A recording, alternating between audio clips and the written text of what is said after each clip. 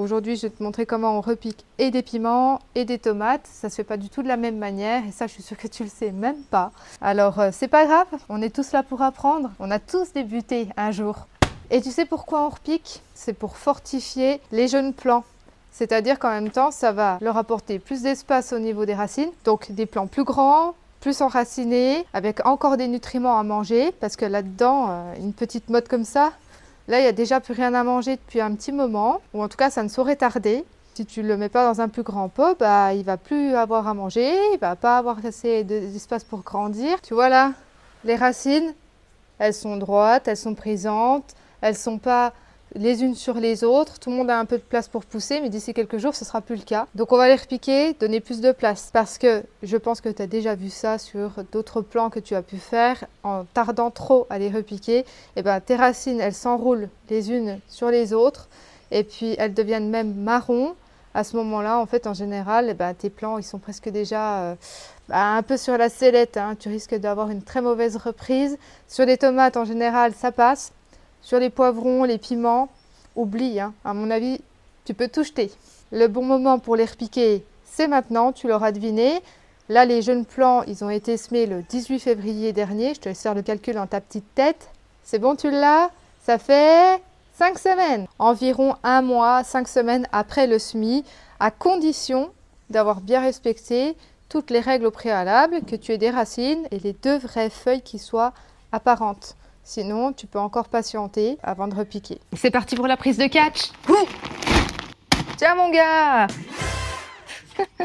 Et qu'est-ce qu'on prend comme terreau? Bien sûr, du terreau made in France, parce que c'est important pour les valeurs de ce pays d'avoir un terreau. Et puis, moi, je prends la marque du Mona. Tu peux prendre d'autres marques. Je te conseille vraiment de prendre un terreau de bonne qualité. Je le répète encore, mais c'est vraiment quelque chose de primordial.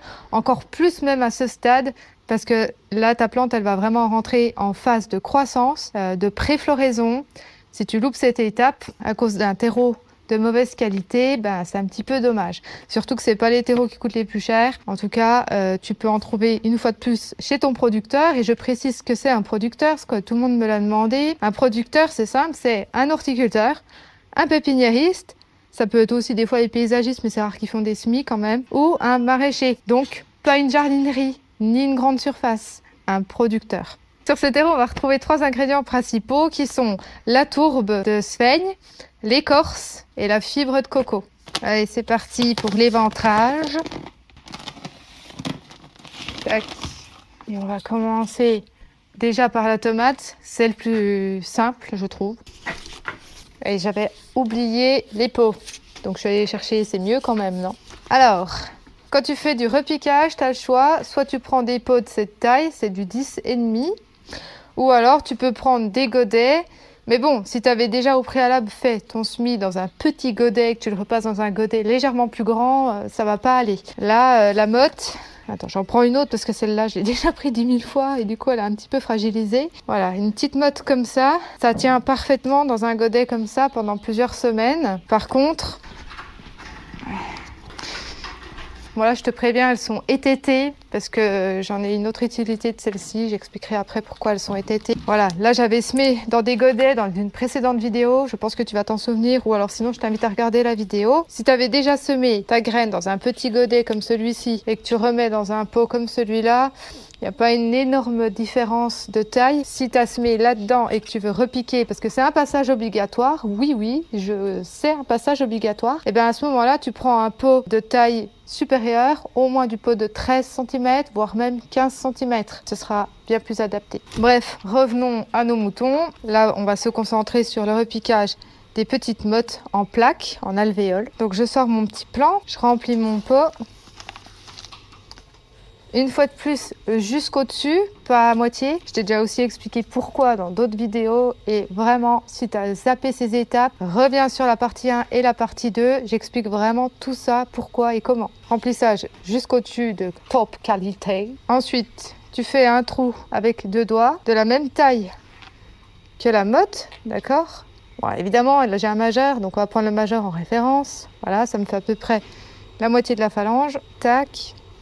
Voilà, donc là je suis arrivée à la profondeur, je tire légèrement, de sorte à ce qu'il y ait pile poil la place pour accueillir cette petite motte, sans pousser, sans tasser, juste poser. Et ensuite, quand on en arrive là, on vient avec les doigts en pince de chaque côté de la motte. On ramène à peine la terre, tasse vite fait pour enlever la bulle d'air qui se trouve au fond du trou qu'on a fait. Et c'est déjà terminé. Par contre, il y a une autre option qui est importante à faire quand tu repiques tes plants de tomates. S'ils ont un petit peu filé, s'ils sont grands, etc., ou tu as simplement traîné à les faire, il va falloir les enfoncer beaucoup plus que ça. Ça, c'est uniquement valable sur les tomates. Ça ne marchera pas sur le reste, hein. Donc là, j'ai pris un plan légèrement plus grand, mais les miens sont pas filés, hein. Je suis une crâneuse, je sais. Mais on va l'enfoncer plus profondément. Tu verras, ça va pas tuer ta plante. Au contraire, ça va faire des nouvelles racines sur la tige principale.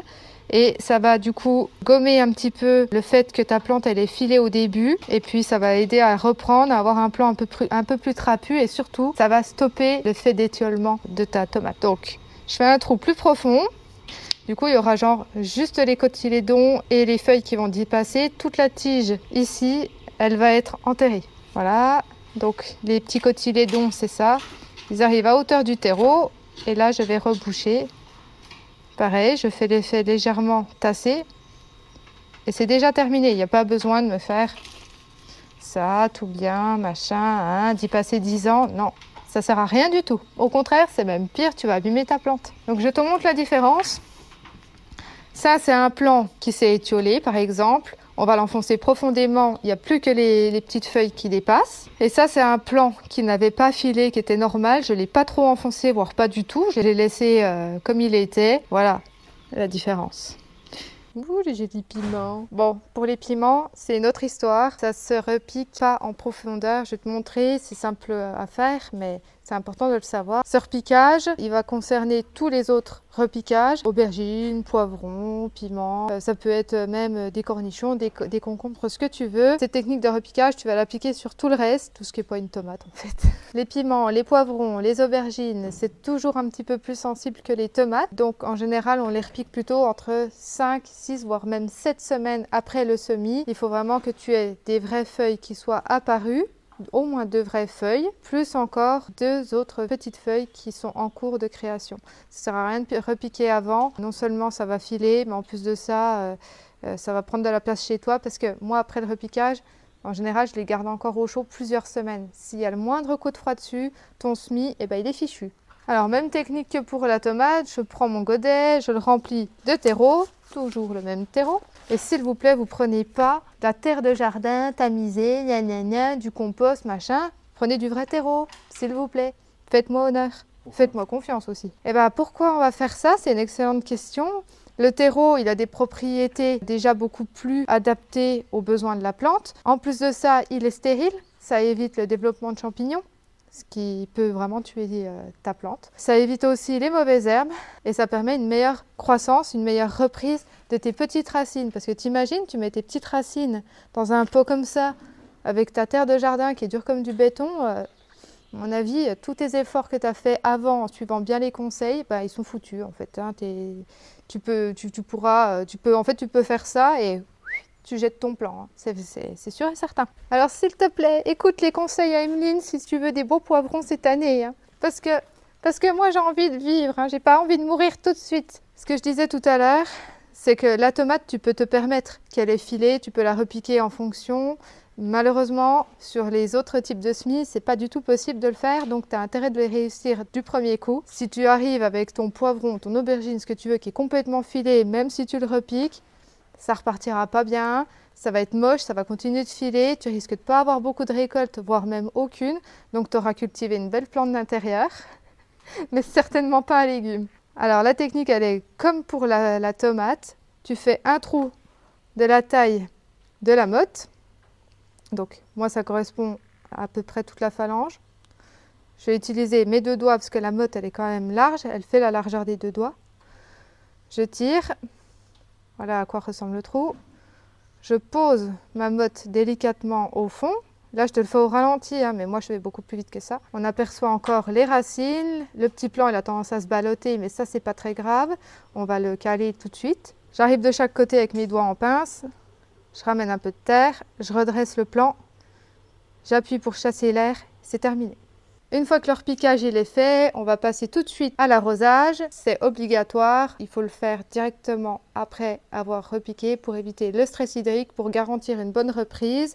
Et ensuite, dans le temps de la croissance du coup de ta plante, tu vas garder la terre légèrement humide entre deux arrosages. Pas trempée, pas sèche, juste humide. Donc tu verras, la surface sera sèche, mais quand tu plongeras ton doigt, elle sera mouillée. Ça, c'est le meilleur indicateur pour l'arrosage de ces jeunes plants. Bien sûr, c'est encore valable maintenant, ça le sera jusqu'à la fin. Tes plants, tu les gardes sur une exposition ensoleillée. Si tu écoutes bien ce que je te dis, tu auras enfin des légumes pour la première fois de ta vie peut-être cette année. Garde la pêche, bonne chance avec tes repiquages.